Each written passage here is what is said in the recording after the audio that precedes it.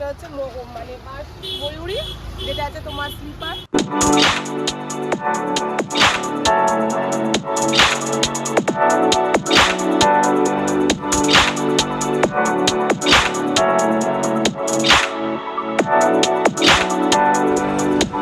তো এই হচ্ছে স্লিপার।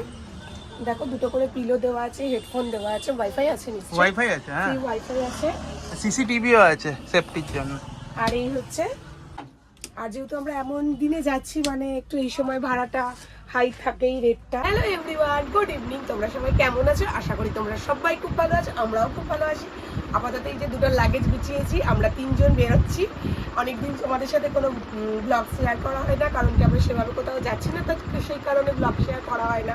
আর আমি তো ডেইলি লাইফ ব্লগ শেয়ার করি না, তো সেই কারণে অনেকদিন পর বেরোচ্ছি। চলো একটা ব্লগ নিয়ে আসছি, তোমরা দেখতে থাকো, সবটা তোমাদের সাথে শেয়ার করবো। চলো সাথে থাকো। তো আমরা বেরিয়ে পড়লাম, না আমরা 3 জন নয়, সাথে আমার বাবা মাও আছে। তো ঘর থেকে বেরিয়ে পড়লাম, রিক্সা নিয়ে চলে এলাম সোনারপুর স্টেশনে প্রত্যেকবারের মতোই। তো আমরা যেহেতু বেরিয়েছিলাম 8টা বেজে গেছিলো, তো একটু খিদে পাচ্ছিল বলে একটু হালকা টিফিন করলাম আমরা, করে এবার ট্রেন ধরে আমরা চলে এলাম গড়িয়া মেট্রো স্টেশনে। New Garia metro station, sorry একটু ভুল হলো।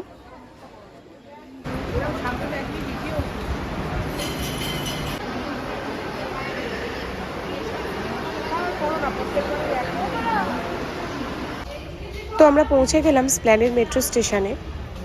তো টাইম ছিল 9টা বেজেছিল, 9টা 5-10 হবে। বাস পরিষেবা সেটা হচ্ছে মানে বাস ময়ূরী, যেটা আছে তোমার স্লিপার। হ্যাঁ, তো ভাড়া মোটামুটি এখন প্রচুর, যেহেতু আমরা যাচ্ছি এমন দিনে, তো ভাড়াটা প্রচুর আছে, 550 করে। আর স্লিপারের ভাড়া কত? তো চলো তোমাদেরকে বলেই দিই আমরা কোথায় যাচ্ছি। আমরা যাচ্ছি হচ্ছে শ্রী শ্রী জগন্নাথ দেবের কাছে, মানে সেই দীঘা, যেটা কিনা 30শে এপ্রিল উদ্বোধন হয়েছে অক্ষয় তৃতীয়ার শুভ লগ্নে। তো সেই মন্দির দর্শন করতেই আমরা যাচ্ছি, আবার আমরা সেই দীঘাতেই। তো এই হচ্ছে স্লিপার। দেখো দুটো করে পিলো দেওয়া আছে, হেডফোন দেওয়া আছে, ওয়াইফাই আছে নিশ্চয়ই। ওয়াইফাই আছে, হ্যাঁ, ওয়াইফাই আছে, সিসিটিভিও আছে সেফটির জন্য। আর এই হচ্ছে সিটার। দেখো আমাদের সিটিং হয়েছে একটু মিডিলে, এই যে ফ্রি ওয়াইফাইও আছে, যত খুশি গান শোন। কমফোর্টেবল আছে, সিটগুলো খুবই ভালো। আগের বাসটা আমরা যেটা গেছিলাম এতটাও নয়। আর যেহেতু আমরা এমন দিনে যাচ্ছি মানে একটু এই সময় ভাড়াটা হাই থাকেই রেটটা, তো এই কারণেই 550 করে নিল। তো চলো, যেহেতু এখন গরমের ছুটি চলছে আর তারপর রয়েছে শুক্রবার, মানে ছুটির দিন, হাতে রয়েছে শনি রবি দুটো ছুটির দিন, তো সেই কারণে বাসের রেট প্রচুর ছিল। তো সেই কারণে বাসের ভাড়াটা এতটা। তোমরা যদি চাও সোম মঙ্গলবার মানে মঙ্গল বুধবার যদি যেতে পারো, তো বাসের রেটটা অনেকটাই কম থাকবে।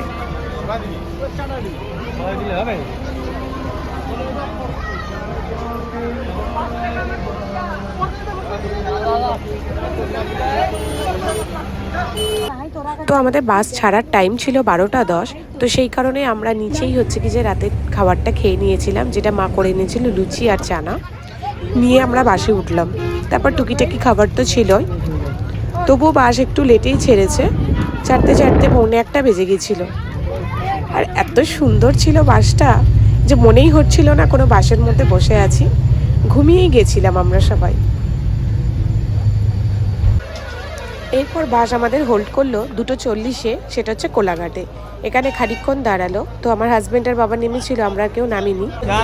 নেমে একটুখানি মানে চাপা খেয়ে আবার উঠে পড়েছিল।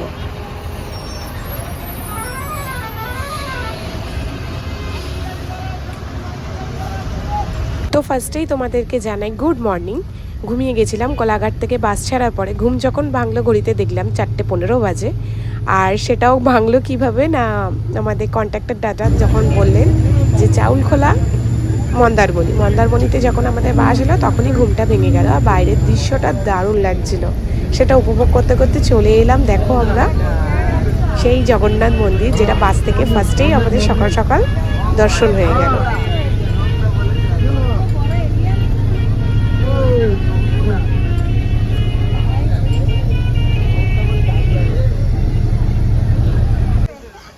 তো বাস থেকে নেমে আমরা প্রত্যেকবার যে হোটেলে থাকি সেই হোটেলেই বুক করা ছিল, যেহেতু হোটেলটাও খুব মানে পাওয়াটা খুব চাপের বিষয়। কোনো হোটেলই 2000 টাকার নিচে নেই, এসি ছাড়া তো নেই, এসি 2000 টাকার নিচে কোনো রুম নেই। তো সেই কারণে আমরা যে হোটেলেই থাকি ওই দাদাকে ফোন করে আমরা বুক করে রেখেছিলাম, এসে আমরা রুমে চলে গেলাম। হ্যালো গাইস, গুড মর্নিং সকলকে জানাই। অনেকক্ষণ আগেই সকাল হয়ে গেছে, তো আমরা হোটেলে চেক ইন করে এবারে যাচ্ছি একটু ব্রেকফাস্ট করতে। এখন বাজে 7টা, ব্রেকফাস্ট করে যাবো মোহনার দিকে। তো তোমরা চলো, সাথে থাকো আমাদের। তো বেরিয়েই আগে আমরা সমুদ্র উপভোগ করতে চলে এলাম। সকালটা কি সুন্দর, কি সুন্দরভাবে আমাদের দিনটা শুরু হলো। প্রথমে তো মন্দির দর্শন, তারপর সমুদ্র।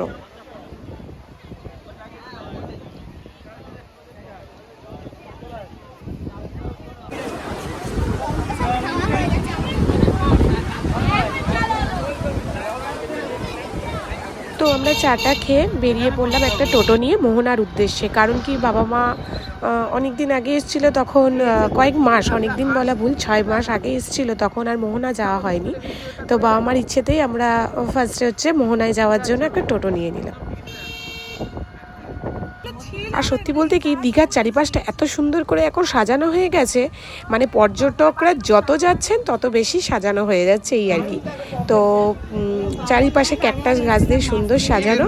এবার চলে এলাম মোহনা। মোহনা মানেই তো মাছের বাজার, সেটা জ্যান্ত হোক, মরা হোক, আর শুটকি হোক। খালি ফটো তুলবে, দেবেন না, নিয়ে যান একটা।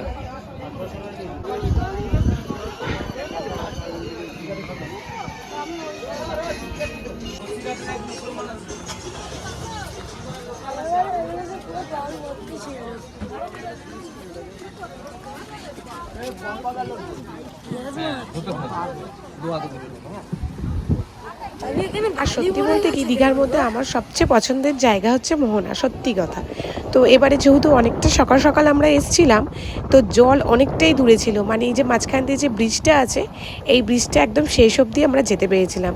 গতবার যখন এসছিলাম, যেহেতু বেলায় করে এসছিলাম, তো দূরে যেতেই পারিনি, মানে জল সামনে অবধি চলে এসেছিল, মনটা একটু খারাপ ছিল।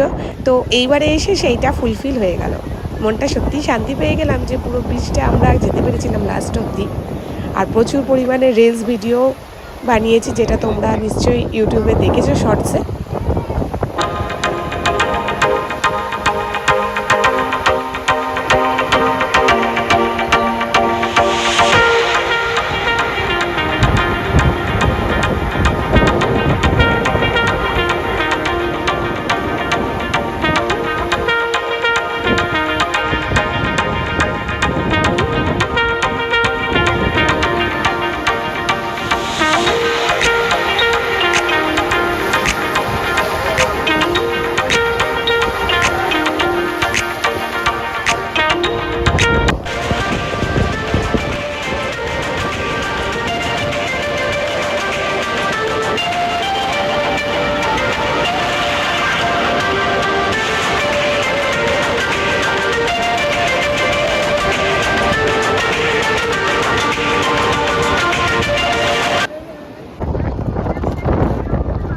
তো আমরা মোহনাতে ঘন্টাখানেক ছিলাম, ঘন্টাখানেক থাকার পর চলে এলাম। এসে নিউ দীঘাতে এসে আমরা ব্রেকফাস্টটা করলাম।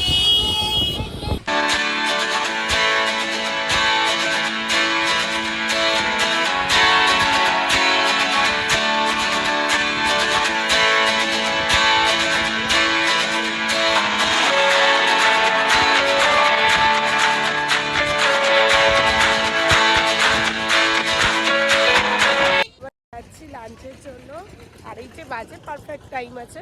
এবারে সেভাবে স্নান হয়নি, কারণ প্রচুর জল ছিল উপর অব্দি, বেশি টাইম ওখানটায় নষ্ট করিনি।